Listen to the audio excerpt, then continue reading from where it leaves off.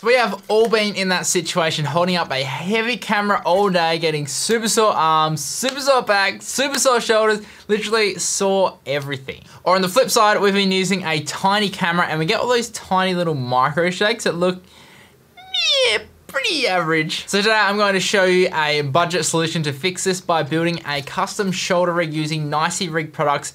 And it's actually super small as well, which is an added bonus that I was not expecting at all. So I teamed up with the guys over at NiceyRIG and they sent over a bunch of products to actually build this shoulder rig. So let's check out all the parts that they sent over and we'll get into building this rig. So first up we have the 15mm rails, which are actually extendable. So this is really cool because if you need the extra room, you can just screw on the extensions rather than having to actually replace the whole 15mm rail and start all the way from scratch. Onto the rug goes the main cheese plate with a Manfrotto style quick release plate. The cheese plate is super wicked because you have pretty much unlimited mounting holes to put whatever you want on it. The quick release plate is a must have for any build as it allows you to quickly remove the camera from the rig at any time. And being a Manfrotto style plate allows you to quickly mount it onto tripods that actually accept Manfrotto style plates as well. Next up is the handles. Now most basic rigs use pretty cheap handles, which I really don't like because they are super duper uncomfortable. So it's awesome that NiceyRIG offer these really nice rosette handles that you can adjust to any position you need. This makes it perfect to position the handles to wherever is best for whoever is actually using the rig, because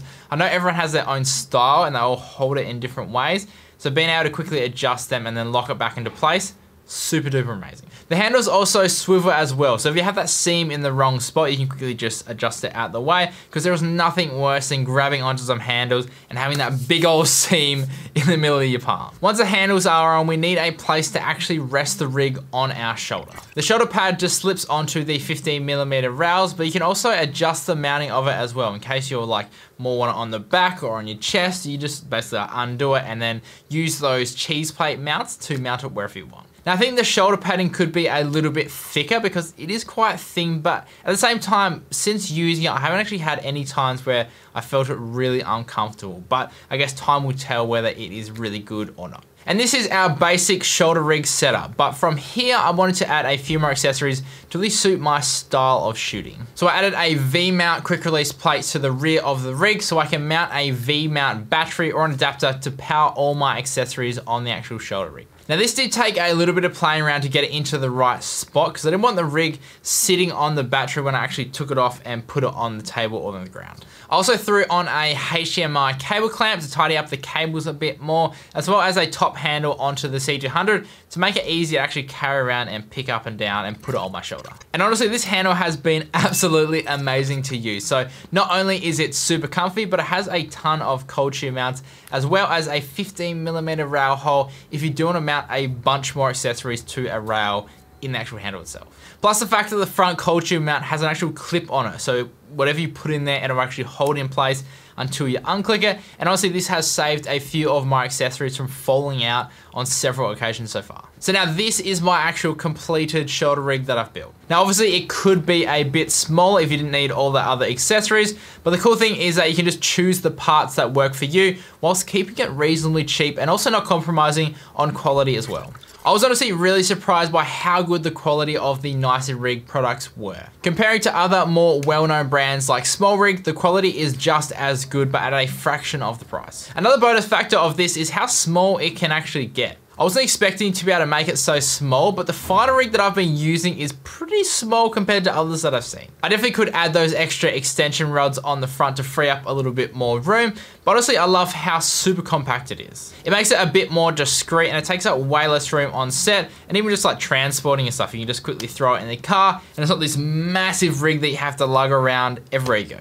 Plus the fact it looks pretty badass as well, not gonna lie, it looks pretty freaking dope. Now on my setup, I've added a 5-inch field weld monitor to have that monitor right in front of my face for focus and also just seeing what's actually going on. A Hollyland Mars 300 Pro to transmit my video wirelessly to, say, a director or a producer, and obviously that V-mount battery on the back to power all my accessories. And it all fits on super easy thanks to about 10 billion quarter 20 screw holes spread throughout this whole rig. So now the benefits of actually using a shoulder rig are to spread out the weight of the camera to make it a little bit easier to hold. So instead of having all the weight on just your arms, it puts some of the weights on your arms, but then also on your shoulder as well, which means you can hold it for longer periods of time. And the other benefit of spreading out the weight of the camera is that it makes it way more stable as well. The problem with small DSLRs is that because they are so tiny, you get heaps of micro jitters, which are really, really annoying. Whereas if we throw that exact same camera on the actual shoulder rig itself, the movement is much more natural and like just slows everything down.